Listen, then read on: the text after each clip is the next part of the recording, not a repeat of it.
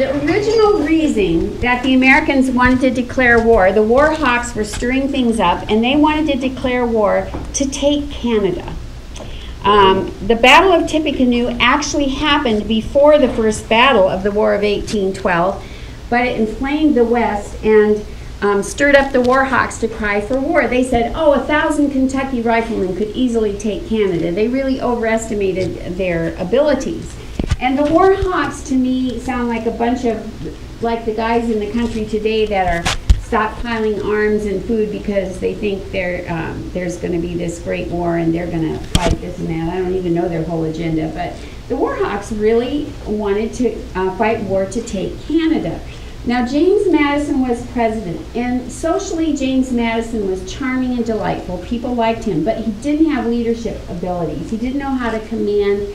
He didn't know how to come across as the authority, and he would sometimes be wishy-washy. So he made a big mistake, because you remember Thomas Jefferson had put an embargo on France and Britain, and it didn't work out too well. And when it was lifted,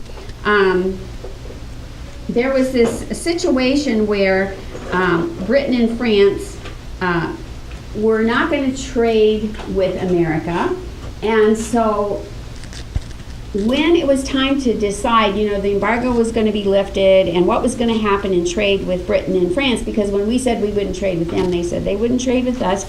Napoleon, England at that time is at war with Napoleon, so he sees an opportunity, and he goes to Madison, who you can persuade easy, and he said, if you promise not to trade with Great Britain, I will lift our ban on trading with you, and we'll trade with you. And Madison went for that, which didn't make Britain very happy, and the war hawks were saying, let's just take Canada, and that will take care of the Indian problem and Britain and everything all in one fell swoop. So they decided to declare war. Now, the reason it was an avoidable war is this. Thomas and Jefferson had really taught peaceful diplomacy, that you had to exhaust peaceful diplomacy before you declared war. But in Congress, there were all these hothead war hawks and people being real bellicose and saying, we can take them easy. And they, both in the House and Senate, passed the act of war. Now, the British Prime Minister was ready to make peace, but he was assassinated. And by the time the new Prime Minister came into control, the United States had already declared war. So it was too late for a peaceful settlement. But if America hadn't been so rash and hot-headed, we probably wouldn't have had this war. Now, the plans to invade Canada ended as soon as Fort Dearborn was lost. So that was the original reason, and it was over. And then we had the War of 1812. One of the unique things about this war was that it's the only time in our country's history where Washington, D.C. was actually attacked. In fact, they burned the president's home and started fire to some of the buildings there. So there was another chance at peace, but the British would not agree to stop impressing our soldiers. So this was a big mess. Now, we had some interesting stories come out of this war. We have some famous ships, Old Ironside, the Constitution, and that was a ship that was great in battle during this time. And there were a couple sayings that were really well known. Most of you who are Americans have probably already heard them. But the story of one is like this. In 1813, the United States military actions did not fare well. In June, the unlucky frigate, the Chesapeake, accepted a challenge for a fight from Britain's Shannon. Outside Boston Harbor, Captain James Lawrence was killed and the Chesapeake was captured. He didn't know that, but before, as he lay dying, he told his men, don't give up the ship. Now that saying has become standard in American English. How many of you have ever heard, don't give up the ship? We use it for things when we mean don't give up. Don't give up the ship. It's a common saying, and that was Lawrence's saying before he died. And then, because of that, Commodore Perry, his name is Oliver Hazard Perry. I think that's interesting because hazard is, the meaning of hazard is an interesting meaning. It means like danger. Commodore Oliver Dangerous Perry put a flag up when he went to battle with the saying on it because he was so impressed he said on his flag, I think he said, "Don't give up the ship." And so he went to war and he fought. And when he won in Lake Erie, he was fighting the British, and when he won, he said a famous saying, "We have met the enemy and they are ours." These are two sayings that have come down through history. We have met the enemy and they are ours. I know in the future wars that has sometimes been said, quoting that famous quote. Oliver Perry, just as an aside, took black sailors onto his ship, and he was very impressed with their work. He said, out of 50 blacks and his crew, this is his quote, "They seemed absolutely insensible to danger. They were brave fighters and did their work well."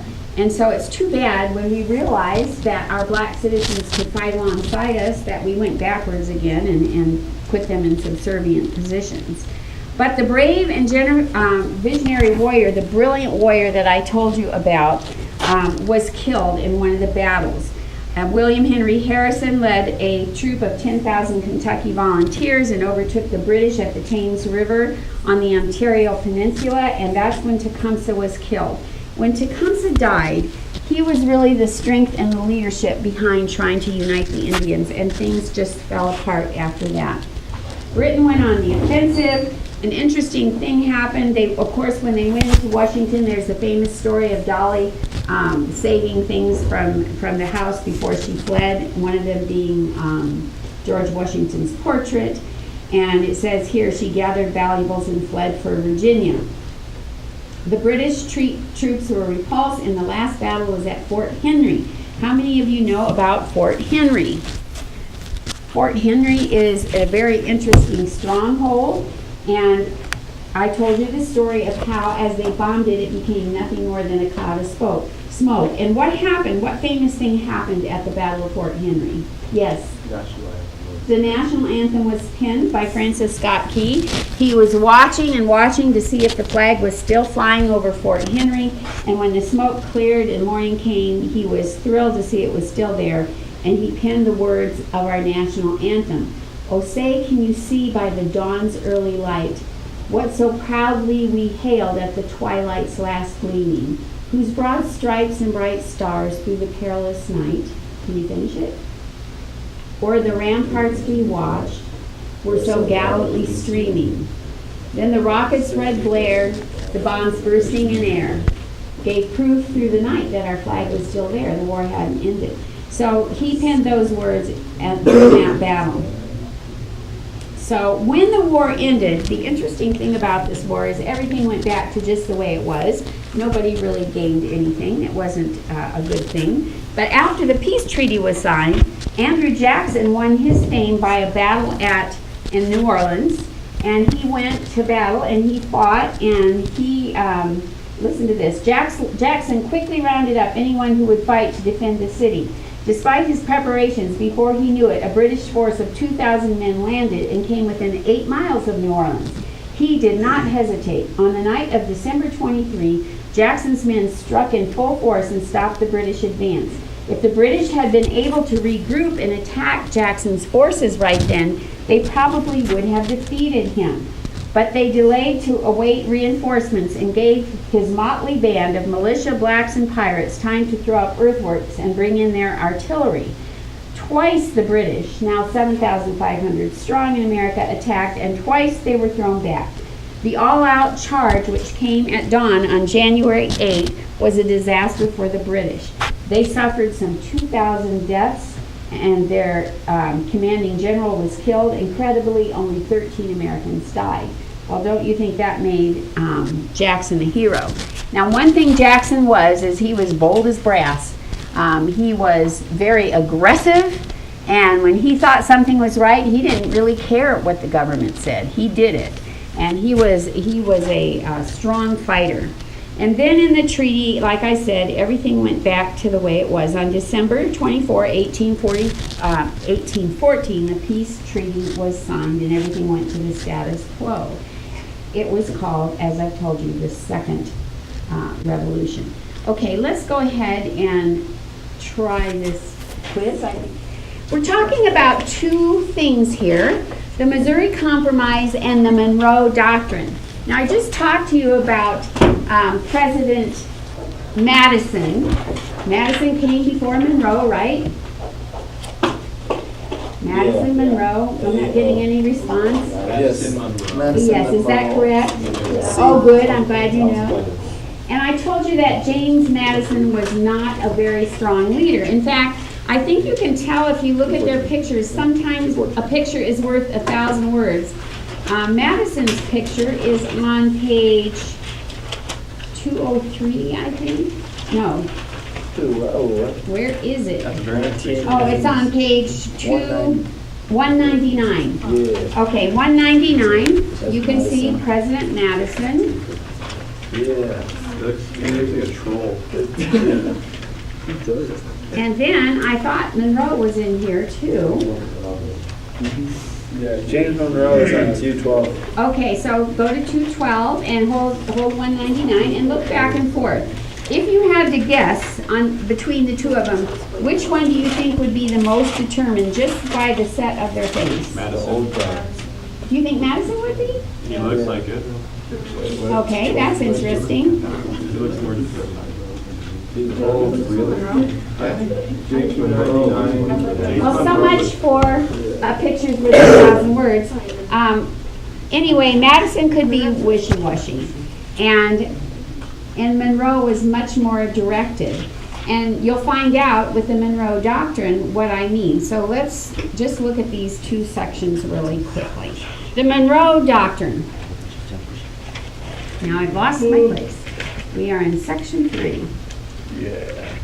Okay, the Monroe Doctrine. At this time, we realized that slavery is a great moral problem. Things are in a mess, and one of the territories is soon ready to join the Union, and the territory is Missouri. And Missouri, that's why it's called the Missouri Compromise. So Missouri's ready to join the Union, but it wants to be a slave-holding state.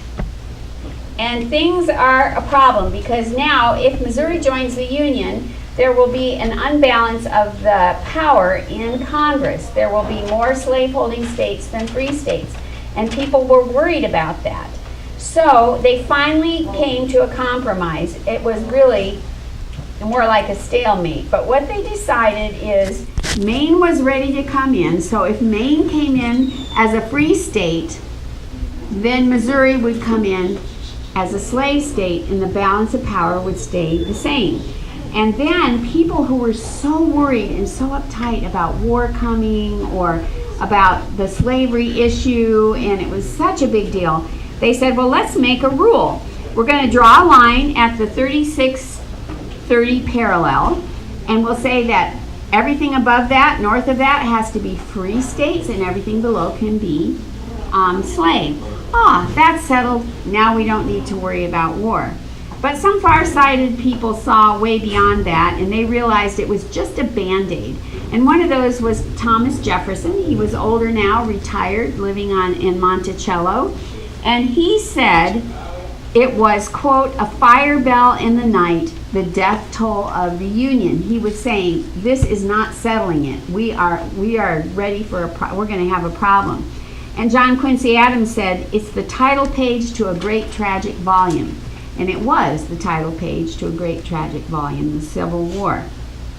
Now, as an aside in this section, they tell you about Eli Whitney. In that time period, Southerners were tutored, wealthy Southerners were tutored, blacks didn't go to school, poor Southerners didn't go to school, there was no public school system. So Eli Whitney was a graduate from Yale, and he was called to the South to be a tutor, but when he got there, the job was no longer available. I don't know what happened, but he was invited to be the guest of Catherine Littlefield Greene, and she was the war widow of Nathaniel Greene. Remember learning about him? The Green Mountain Boys, and he was friends with Knox, and they were generals who had gotten to their position by merit.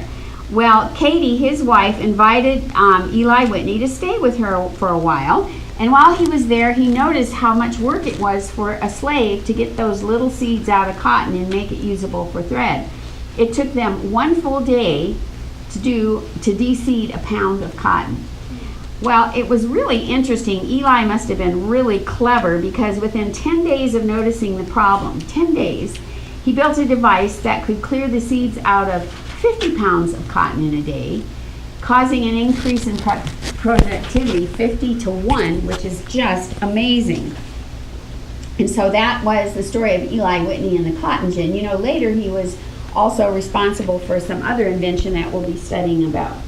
So anyway, he invented the cotton gin, and my personal opinion is, and I haven't heard anybody that agrees with this, and so just take it as my opinion and not a fact. But I really feel like if the United States could have just waited a little longer for the Industrial Revolution, where machines could do so much of the work of slaves, that slavery would have died a natural death. And if that had happened, there wouldn't be so much hostility and resentment between the North and the South.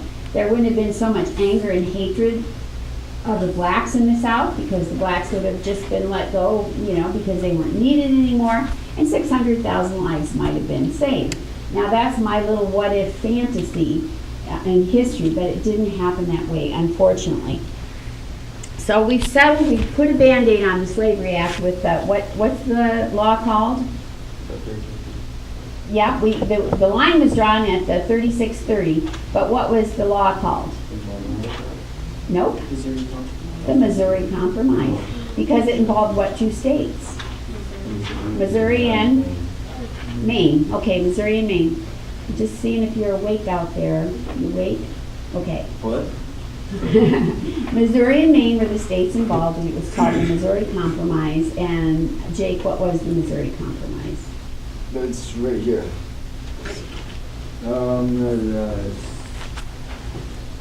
Nope, you have to just answer quick. What was the Missouri Compromise?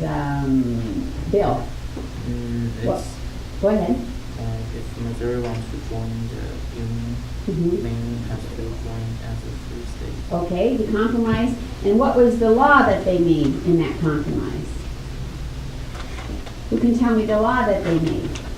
What was the new rule they made? Noah, do you know? That all the states south of the 36th had keep slaves and free states. Okay, good. Someone was listening. Yay!